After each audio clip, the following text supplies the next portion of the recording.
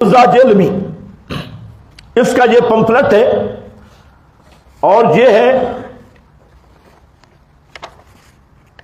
32 صفحات کا، اور اس میں 100 کے قریب جھوٹ ہے، فراڈ ہے، تحریف ہے اور خیانت ہے۔ کل صفحات کتنے ہیں؟ 32، اور 32 صفحات پر کتنے جھوٹ ہیں؟ 100 کے قریب۔ مرزا اور ان کے حواریوں کو بھی ہماری اپیل ہے کہ اگر اس چیز پہ مرزا افہام و تفہیم کرنا چاہے یا مناظرہ کرنا چاہے، ہمارے پاس آ جائے، ہم امن کی ذمہ داری بھی دیں گے اور جو شرعی طریقے پہ مہمان نوازی بھی کریں گے، اور ان کے گارنٹی بھی دیں گے، بالکل اصول کے مطابق گفتگو ہوگی۔ اسی پمفلٹ پہ کر لیتی ہے، 100 جھوٹ ہے، اگر ایک جھوٹ کی بھی مرزا صفائی پیش کر لی مرزا نے تو 1 لاکھ روپیہ ہر جھوٹ کی صفائی پہ مرزا کو انعام دوں گا۔ جس جھوٹ کی صفائی وہ کرتا جائے گا، 1 لاکھ روپیہ مرزا کے ہاتھ میں پکڑاتے جائیں گے۔ اس طرح ایک ایک کر کے پورے 100 تک پہنچ جائیں گے۔ تو 100 تک جب پہنچا تو 100 لاکھ، 1 کروڑ۔ تو یہ میری طرف سے مرزا صاحب کو آفر ہے، اور کچھ بھی آپ کو نہیں کہوں گا، بالکل نہیں، ہنستے کھیلتے گفتگو ہوگی، کوئی غصہ نہیں ہوگا، کوئی لڑائی نہیں ہوگی، کوئی کبڈی نہیں ہوگی، بالکل آرام سے بیٹھیں گے، افہام و تفہیم ہوگی۔ میں آپ کا ایک جھوٹ پڑھوں گا، آپ نے اس کی صفائی پیش کرنی ہوگی کہ یہ جھوٹ نہیں ہے، یہ سچ ہے، پھر میں آپ کو 1 لاکھ روپیہ پکڑوا دوں گا۔ پھر جھوٹ نمبر 2، جھوٹ نمبر 3، 1۔ اور اگر آپ کو جہاں آنے میں خطرہ ہے تو آپ مجھے کال کر دیں یا اپنے ذمہ دار آدمی میری طرف بھیج دیں، میں انشاءاللہ آپ کی اکیڈمی کے اندر آنے کے لیے تیار ہوں۔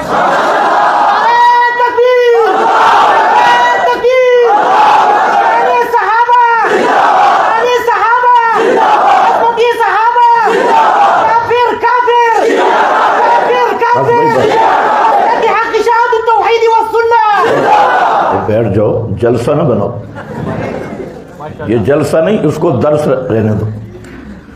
سنو بات، میں اکیڈمی میں آنے کے لیے بالکل تیار ہوں، اپنی گاڑی پہ آؤں گا، اپنے خرچے پہ آؤں گا، 3 آدمیوں سے زائد بندے نہیں لاؤں گا، اور آپ مجھے بالکل حفاظتی اشتہام بھی نہ دیں، کوئی چیز کی آپ گارنٹی نہ دیں۔ ہم انشاءاللہ اللہ کی توکل پہ آئیں گے۔ ہم پہلے بھی کئی ایسی جگہوں پہ گئے ہیں جہاں ضرورت پڑی ہے، اور بہت خطرناک جگہ تھی، اگر مرزا صاحب کے علم میں ہو تو فیصل آباد میں بھی ہم گئے تھے۔ تو اس لیے، اور فیصل آباد کے ساتھیوں سے بھی پوچھو کہ ہم نے وہاں پورے اصول کے مطابق افہام و تفہیم گفتگو بھی کی اور کسی کو کوئی ٹارگٹ بھی نہیں بنایا۔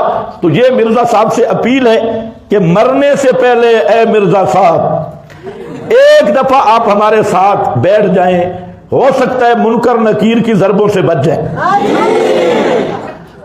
آپ ذرا سمجھو، یہ پمفلٹ ہے جناب، اس پر مفصل گفتگو تو جہاں نہیں ہو سکتی، موٹی موٹی گفتگو ہوگی، 32 صفحات ہیں اور ہم نے بہت سارے مسائل پڑھنے ہیں۔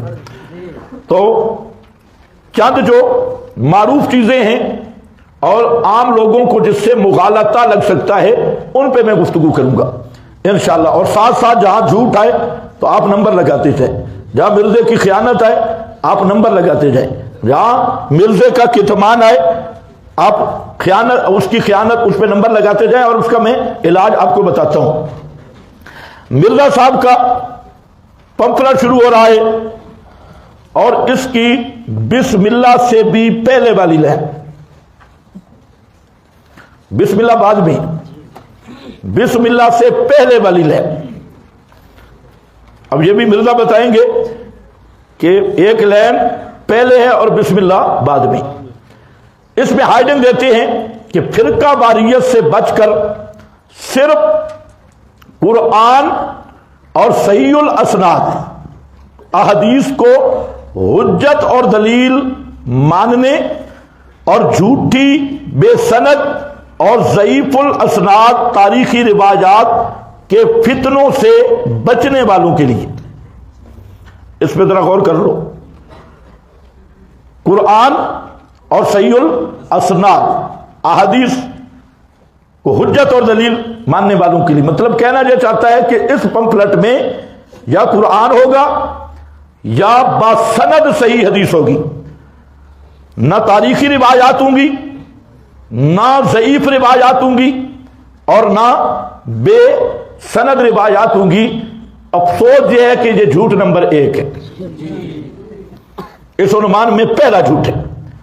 پورے اس 32 صفحات کے پمفلٹ میں جو اس کا عنوان دیا گیا واقعہ کربلا کا حقیقی پس منظر 72 صحیح الاسناد احادیث کی روشنی میں، یعنی اس کا موضوع کیا ہے؟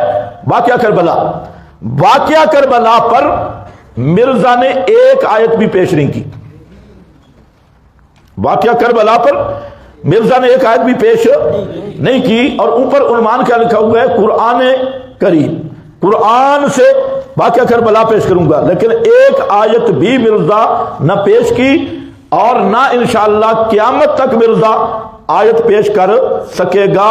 اور میں حیران ہوں کہ مرزا غلام احمد قادیانی اس کے روحانی خزائن نے 23 جلدوں میں، اس سے 23 جلدوں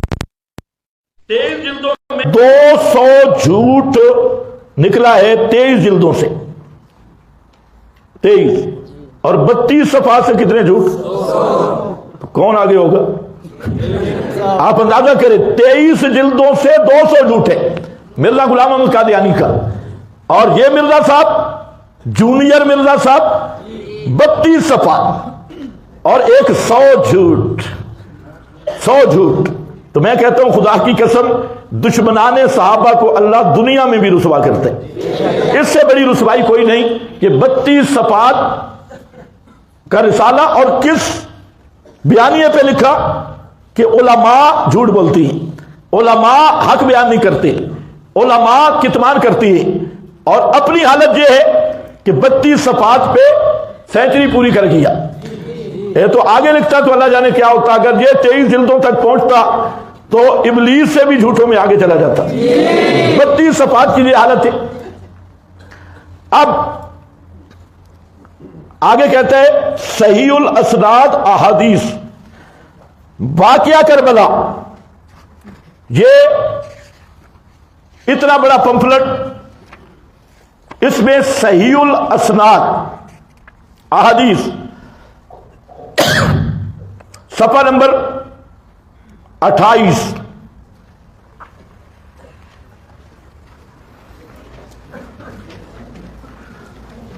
صفحہ 28 کے بعد صفحہ 29 پر روایت نمبر 61، وہ آپ والے نہیں ہیں، یہ اصل پمفلٹ ہے. روایت نمبر 61 جہاں حضرت حسین کے فضائل میں چند احادیث پیش کی ہے، اور 28 صفحہ تک دعویٰ تھا واقعہ کربلا. واقعہ کربلا کم از کم احادیث جمع ہے، کم از کم اطلاق 3 پہ ہوتا ہے، تو کم از کم 3 صحیح و سند احادیث ایسی پیش کرنی چاہیے تھی جس میں کربلا کی صراحت کے ساتھ واقعہ کربلا موجود ہوتا. لیکن الحمدللہ یہ بھی جھوٹ ثابت ہوا. یہ بھی مرزا کا جھوٹ نمبر 2، یہ بھی جھوٹ ہے. اس کے بعد کہتا ہے فرقہ واریت کی لعنت اور مسلک پرستی کی نحوست سے بچ کر. یہ بھی جھوٹ ہے، کیونکہ مرزا نے اس پمفلٹ کے ذریعے خود ایک فرقہ اپنا بنا لیا، اور اپنا مستقل فرقہ. اور یہ فرقہ سبائیہ رافضیہ، رافضی سبائی ٹولہ جو نیا فرقہ ہے، یہ اصل نکلا انہی سے ہے. عبداللہ ابن سبا کی نسل میں انشاءاللہ ثابت کروں گا.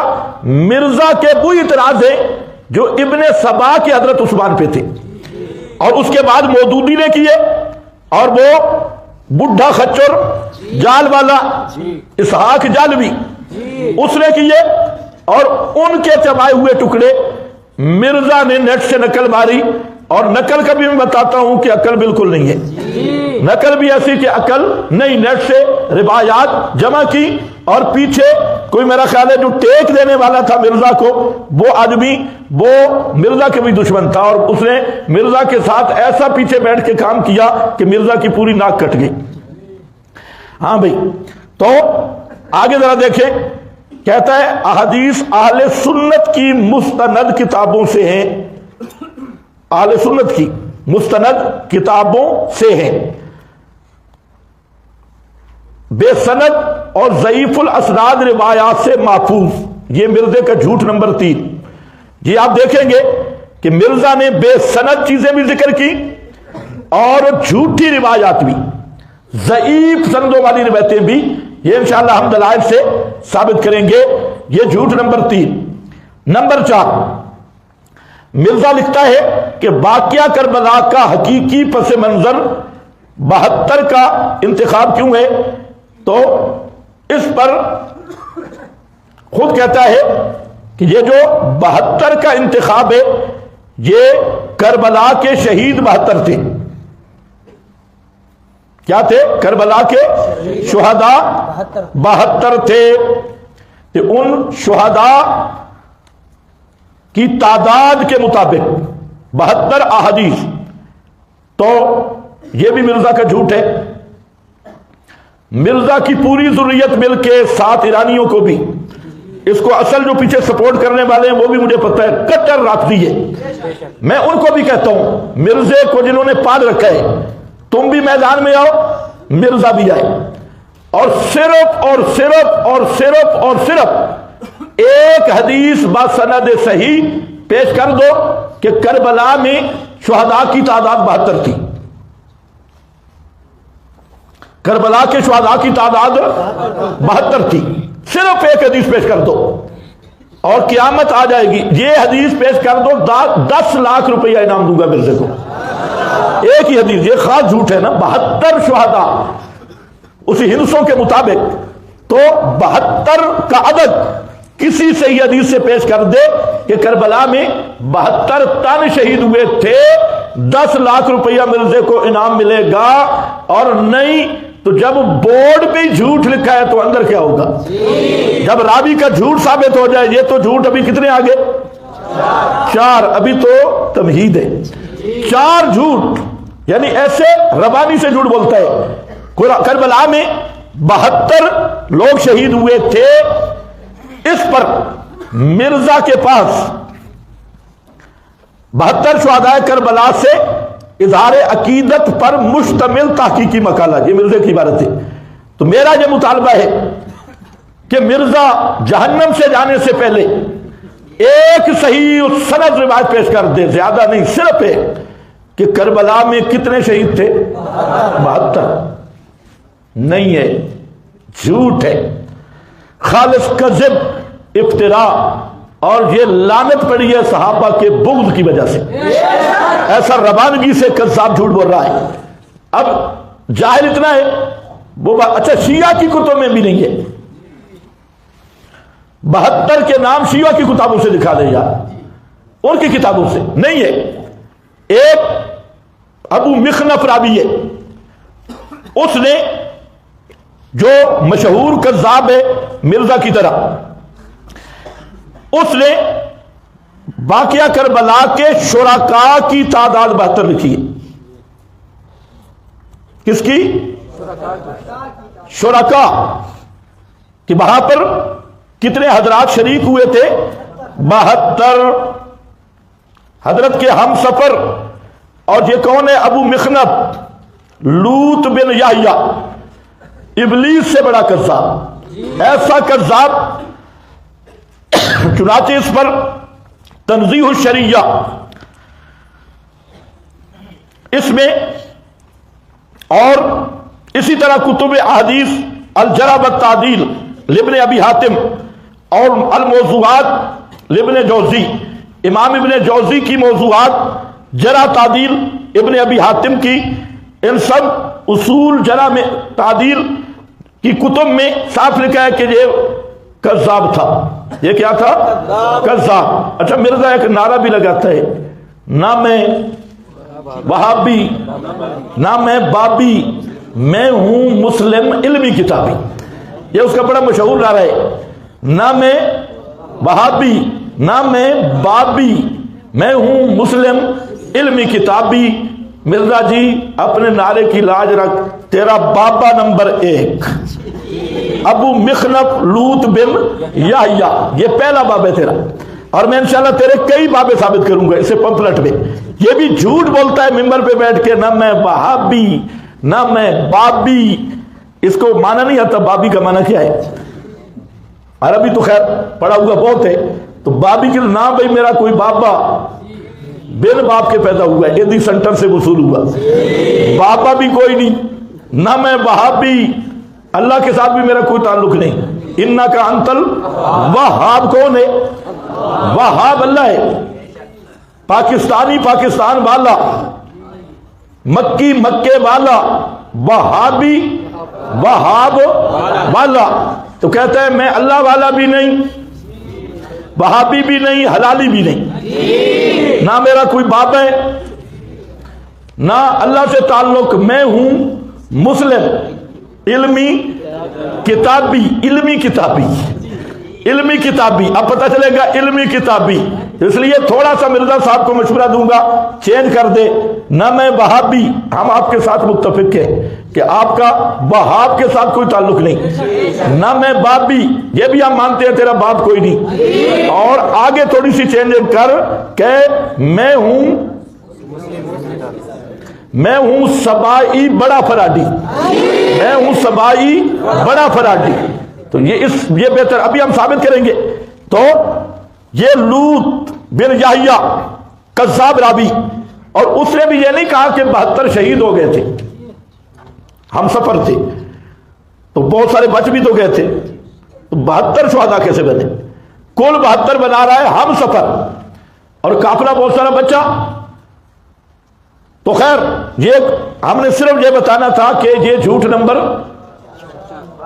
5، جھوٹ صحیح گنا بھائی، ₹1,00,000 کا ایک جھوٹ ہے، جھوٹ میں مسئلہ نہ ہے، بہت مہنگائی ہے۔ تو یہ جھوٹ نمبر 5۔ اب آگے آؤ، مرزا صاحب لکھتا ہے کہ میرے مسلمان بھائیوں، شیطانی وسوسوں کے باوجود اپنی موت سے پہلے پہلے صرف ایک مرتبہ اس تحریر کو اول تا آخر لازمی لازمی لازمی پڑھ لیں۔ ہم پڑھ رہے ہیں بھائی، مرزا کی نصیحت پہ ہم عمل کر کے ہم نے شروع کر دیے، پڑھ رہے ہیں۔ اب ذرا دیکھنا ہے اللہ کا فرمان، اس فرمان کو ذہن میں رکھیں، اس کا اجرا ہوگا آخر تک، ہم اپنی طرف سے کوئی بات نہیں کریں گے۔ ان الذین یکتمون ما انزلنا من البینات والہدی، بے شک وہ لوگ جو چھپاتے ہیں ما انزلنا من البینات والہدی، جو نازل کیا ہم نے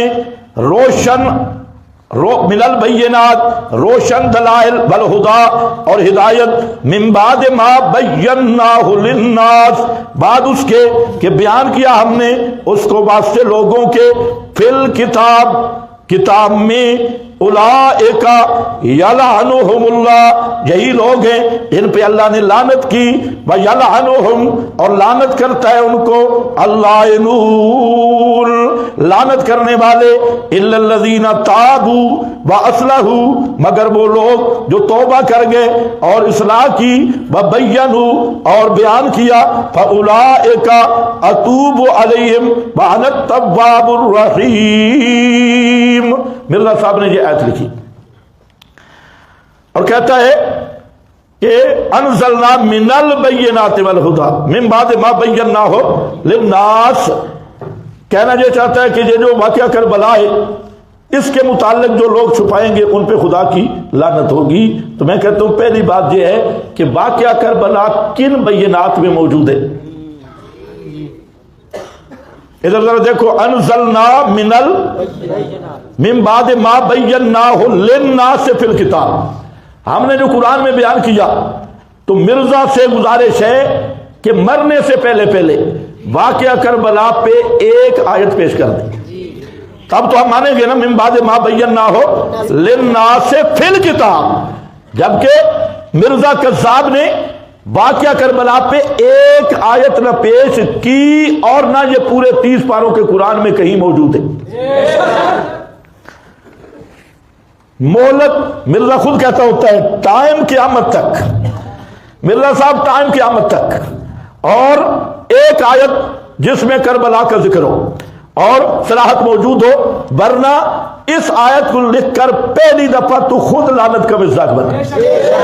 اس آیت کو لکھا تو یہ اولئک یلعنہم اللہ، کیونکہ تو نے قرآن پر بھی جھوٹ بولا ہے۔ اگر واقعہ قرآن میں ہوتا اور پھر کوئی چھپاتا تو پھر تو مرزا صاحب کہہ سکتا تھا۔ تو بہرحال یہ ماشاءاللہ اوپر آیت لکھی، پھر ایک حدیث بھی لکھی، قال رسول اللہ صلی اللہ علیہ وسلم من سئل عن علم، جو شخص پوچھا گیا کسی علم کے بارے میں، مرزا نے خود ترجمہ کیا، جس شخص سے کوئی علم کی بات پوچھی گئی، ثم کتمہ، جو اس شخص کو معلوم تھی پھر اس نے اس کو چھپا دیا، پھر بھی اس نے اس علم کی بات کو چھپا لیا، تو ایسے شخص کو قیامت کے دن اللہ تعالی کی طرف سے سزا کے طور پہ آگ کی لگام ڈالی جائے گی۔ دو بنیادیں مرزا نے قائم کی۔ واقعہ کربلا تو کسی آیت پہ نہیں، لیکن مرزا کی تشریح سے ایک نقطہ مستنبط ہو گیا کہ جو مسئلہ چھپائے اس پہ خدا کی لعنت، اور قیامت کے دن اس کو لگام تب ڈالی جائے گی نہیں کہ وہ کمثل الحمار ہے، دنیا میں وہ گدھے کی طرح ہے، اور قیامت والے دن اس کو لگام ڈالی جائے گی۔